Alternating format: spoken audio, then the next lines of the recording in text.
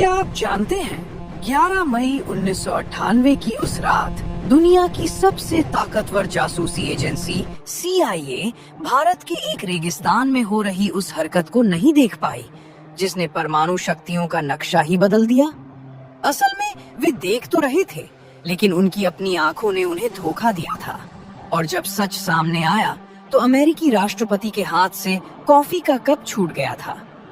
ये कहानी सिर्फ परमाणु बम की नहीं है, ये कहानी है एक बुजुर्ग कवि की जिसने पूरी दुनिया को मात दे दी। ये कहानी है अटल बिहारी वाजपेयी और ऑपरेशन शक्ति की। और ये सब शुरू हुआ एक साधारण सी डायरी के एक पन्ने से। दिल्ली 19 मार्च 1998 रात के 11:47 बजे थे। बारिश की बूंदें लोक कल्याण मार्ग स्थित प्रधानमंत्री आवास की खिड़कियों से टकरा रही थी, मानो कोई बाहर खड़ा होकर संदेश देना चाह रहा हो। अटल बिहारी वाजपेयी अकेले बैठे थे। उनके सामने चाय का कप ठंडा पड़ चुका था, वो पीना भूल गए थे। उनकी निगाहें एक पुरानी डायरी पर टिकी थी जो उन्होंने अभी अभी अपनी अलमारी के ताले से निकाली थी। डायरी पीली पड़ चुकी थी। उस पर लिखा था 1974 18 मई। उन्होंने डायरी खोली। स्याही धुंधली हो चुकी थी, लेकिन शब्द साफ पढ़े जा सकते थे।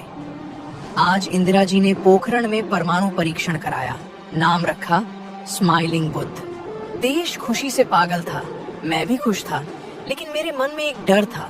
एक परीक्षण काफी नहीं है, दुनिया को भूलने में देर नहीं लगती। हमें तब तक परीक्षण करते रहना है जब तक दुनिया मान न ले कि भारत कमजोर नहीं है।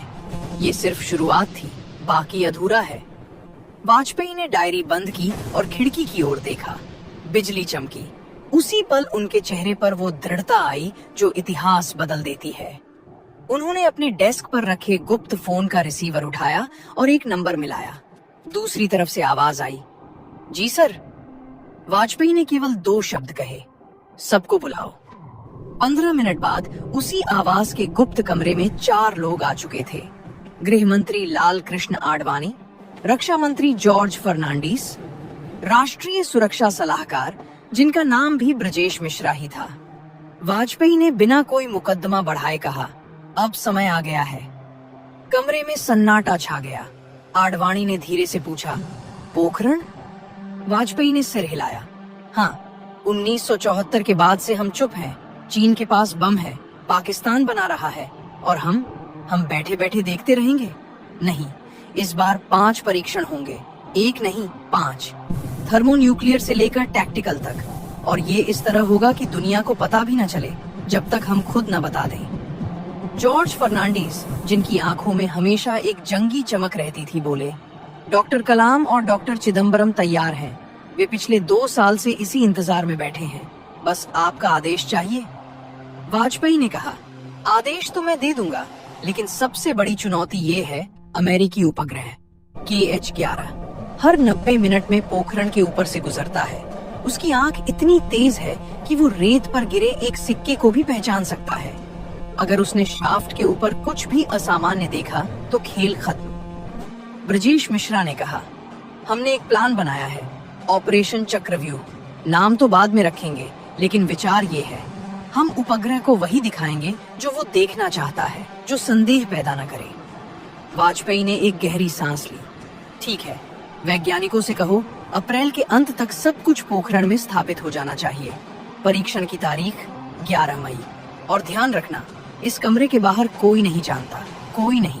उसी समय दुनिया के दूसरे छोर पर अमेरिका के वर्जीनिया राज्य में CIA मुख्यालय की 7वीं मंजिल पर रॉबर्ट हेस्टिंग्स, दक्षिण एशिया डेस्क के प्रमुख, अपनी कॉफी पी रहा था।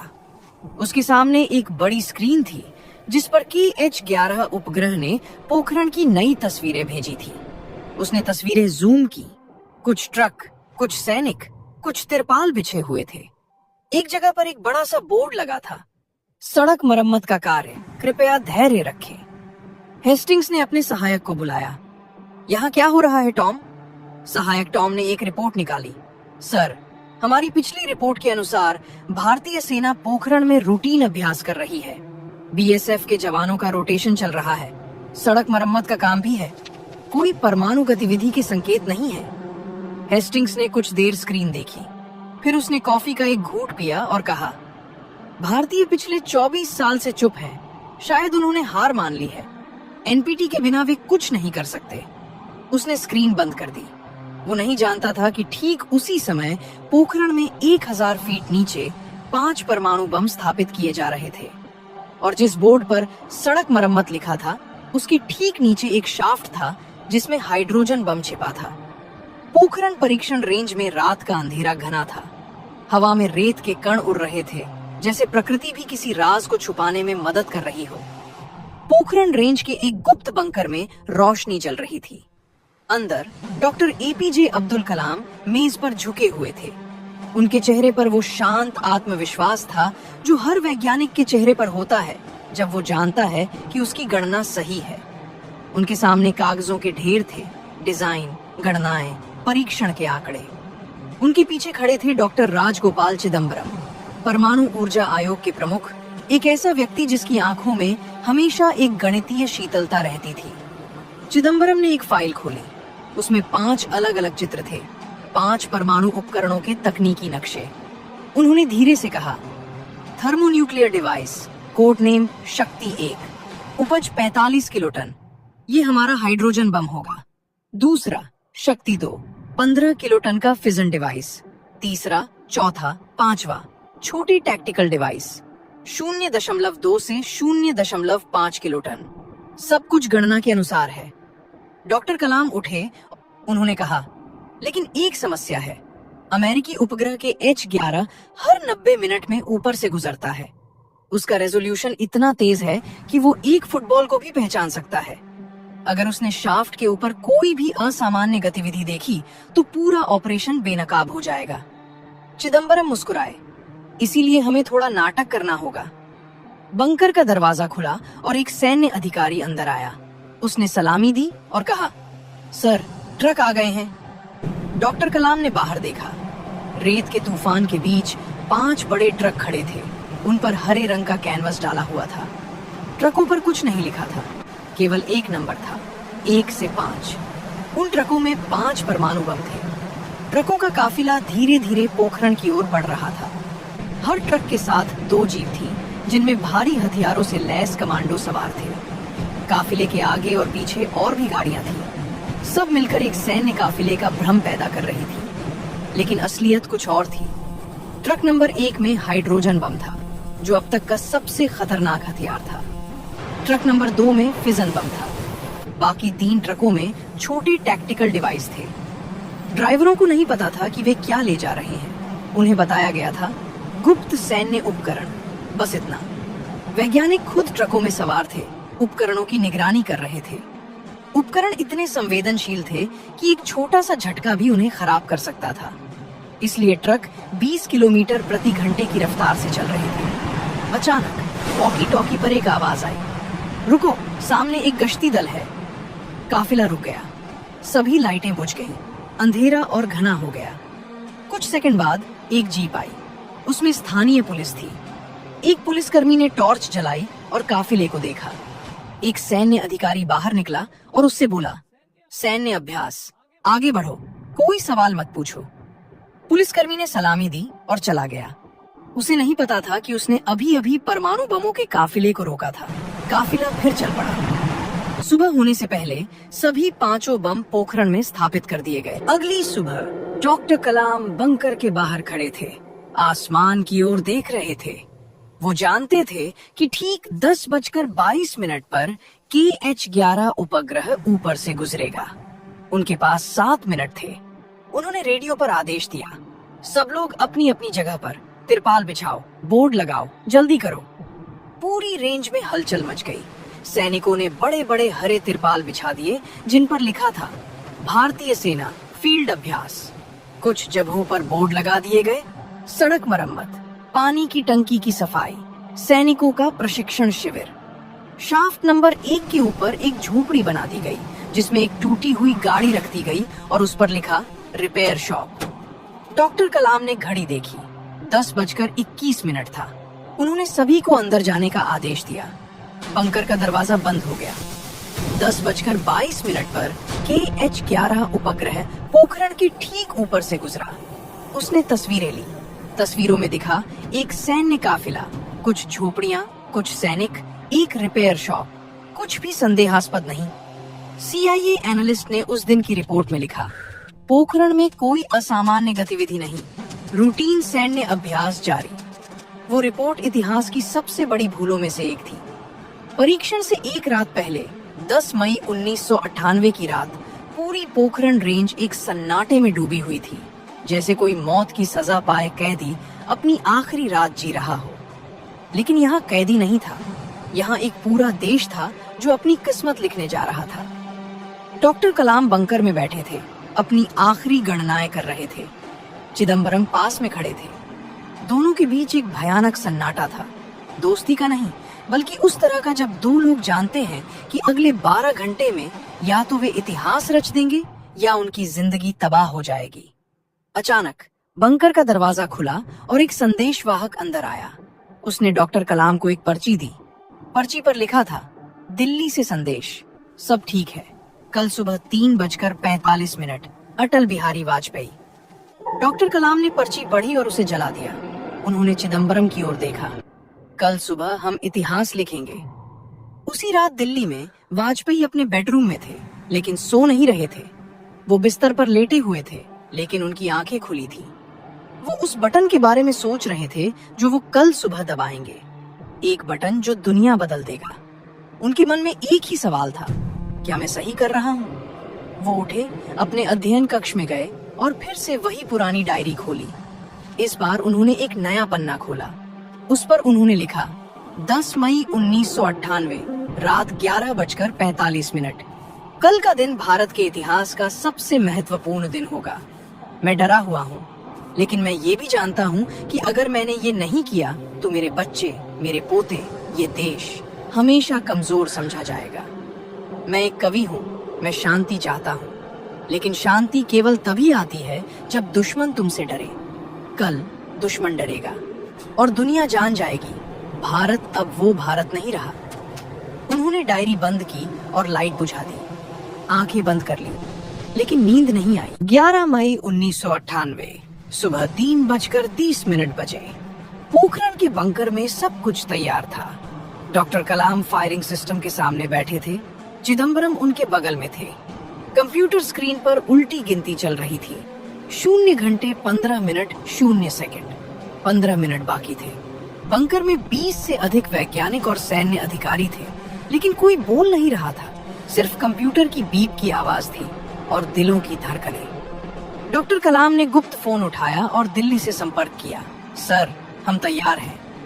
दूसरी तरफ से वाजपेयी की आवाज आई, मैं भी तैयार हूँ, मेरा आदेश आने का इंतजार करो। दिल्ली में प्रधानमंत्री आवास के गुप्त संचार कक्ष में वाजपेयी बैठे थे। उनके सामने एक लाल बटन था। उस बटन को दबाने का मतलब था परमाणु परीक्षण शुरू करो। उनके बगल में आडवाणी और फर्नांडीज खड़े थे। कोई बोल नहीं रहा था। वाजपेयी ने अपनी आंखें बंद कर ली। एक पल के लिए उन्होंने सोचा, अगर मैं ये बटन दबा दूं तो दुनिया बदल जाएगी, कोई पीछे नहीं हट सकता। उन्होंने आंखें खोली और बटन दबा दिया। पोखरण में डॉक्टर कलाम के सामने की स्क्रीन पर लाल बत्ती जल उठी। उस पर लिखा था, कमांड रिसीव्ड, फायर। डॉक्टर कलाम ने चिदम्बरम की ओर देखा। चिदम्बरम ने सिर हिलाया। डॉक्टर कलाम ने अपनी उंगली उस बटन पर रखी जिस पर लिखा था, फायर। उन्होंने बटन दबाया। कंप्यूटर ने 10 सेकंड की उल्टी गिनती शुरू की। 10, 9, 8, 7, 6, 5, 4, 3, 2, 1, फायर। जमीन के अंदर 1000 फीट नीचे पांचों परमाणु उपकरण एक साथ सक्रिय हो गए। पहले थर्मोन्यूक्लियर डिवाइस फटा, उसकी ऊर्जा ने बाकी 4 को भी विस्फोट के लिए प्रेरित कर दिया। तापमान करोड़ों डिग्री तक पहुंच गया। चट्टानें पिघल गईं। एक विशाल गोलाकार गुफा बन गई। धरती ऊपर उठी और फिर बैठ गई। सतह पर जो दिखाई दिया वो था हल्का सा धुआं और एक गहरी गड़गड़ाहट। रिक्टर पैमाने पर 5.0 तीव्रता की भूकंपीय लहरें पूरे दक्षिण एशिया में फैल गईं। बंकर में एक पल के लिए सब कुछ अंधेरा हो गया। फिर लाइटें वापस आईं। डॉक्टर कलाम ने अपनी स्क्रीन देखी। डेटा आ रहा था, सब कुछ सही था। उन्होंने माइक्रोफोन उठाया और दिल्ली से कहा, सर, हो गया। दूसरी तरफ से वाजपेयी की आवाज आई, शुक्रिया डॉक्टर कलाम, अब रुको, अभी कुछ मत बताना। परीक्षण हो चुका था, लेकिन दुनिया को अभी पता नहीं था। भूकंपीय केंद्रों ने हलचल तो दर्ज कर ली थी, लेकिन वे ये नहीं बता सकते थे कि ये प्राकृतिक भूकंप था या परमाणु विस्फोट। अमेरिकी भूगर्भीय सर्वेक्षण USGS ने एक रिपोर्ट जारी की। राजस्थान क्षेत्र में 5.0 तीव्रता का भूकंप, संभवतः मानव जनित। लेकिन उन्होंने परमाणु शब्द का उपयोग नहीं किया। CIA ने अपने उपग्रहों को पोखरण पर केंद्रित कर दिया, लेकिन तब तक बहुत देर हो चुकी थी। धुआं उड़ चुका था, शाफ्ट ढह चुके थे, अब कुछ दिखाई नहीं दे रहा था। दिल्ली में वाजपेयी ने अपने मंत्रियों को बुलाया। उन्होंने कहा, दोपहर 12 बजे मैं राष्ट्र को संबोधित करूंगा, तब तक किसी को कुछ पता नहीं चलना चाहिए। लेकिन खबरें फैलने लगी थीं। विदेशी समाचार चैनलों ने अनुमान लगाना शुरू कर दिया था। BBC ने ब्रेकिंग न्यूज चलाई, अनकन्फर्म्ड रिपोर्ट्स, इंडिया में have conducted nuclear test. CNN ने कहा, अमेरिका इंडियन टेस्ट्स की पुष्टि करने की कोशिश कर रहा है। भारत में लोगों ने टीवी देखना शुरू कर दिया था। हर कोई जानना चाहता था, क्या सच में परीक्षण हुआ है?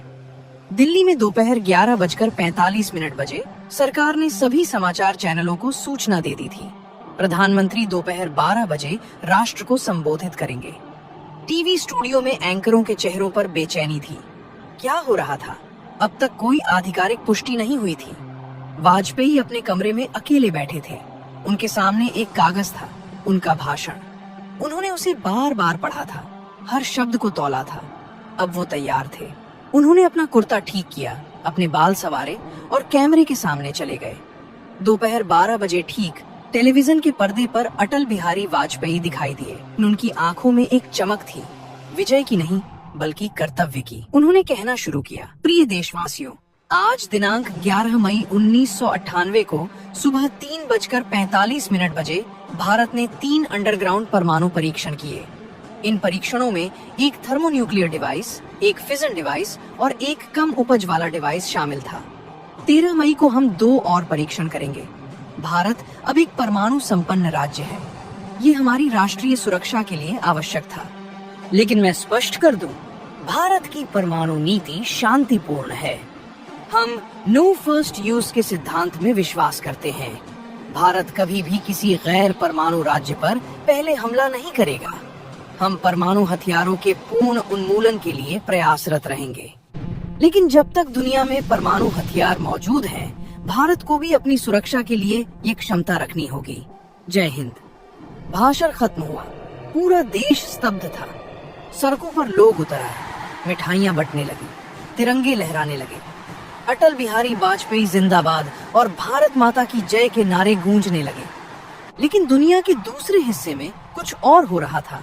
अमेरिका के व्हाइट हाउस में राष्ट्रपति बिल क्लिंटन अपने ओवल ऑफिस में बैठे थे। सर, भारत ने परमाणु परीक्षण कर लिया है। क्लिंटन के हाथ से कॉफी का कप छूट गया। क्या? कब? हमें कैसे पता नहीं चला? सर, हमारे उपग्रहों ने कुछ नहीं देखा, वे हमें धोखा दे गए। क्लिंटन ने तुरंत एक बैठक बुलाई। उसी दिन अमेरिका ने भारत पर आर्थिक प्रतिबंध लगाने की घोषणा की। विश्व बैंक और IMF से ऋण रोक दिया गया। अमेरिकी कंपनियों को भारत में नए निवेश करने से रोक दिया गया। जापान ने सारी सहायता रोक दी। जर्मनी, फ्रांस, ब्रिटेन सबने निंदा की। संयुक्त राष्ट्र सुरक्षा परिषद की आपात बैठक बुलाई गई, लेकिन वाजपेयी डटे रहे। उन्होंने एक प्रेस कॉन्फ्रेंस में कहा, हम प्रतिबंधों से नहीं डरते, भारत आत्मनिर्भर है। हमने अपनी सुरक्षा के लिए यह कदम उठाया है और हर भारतीय को इस पर गर्व होना चाहिए।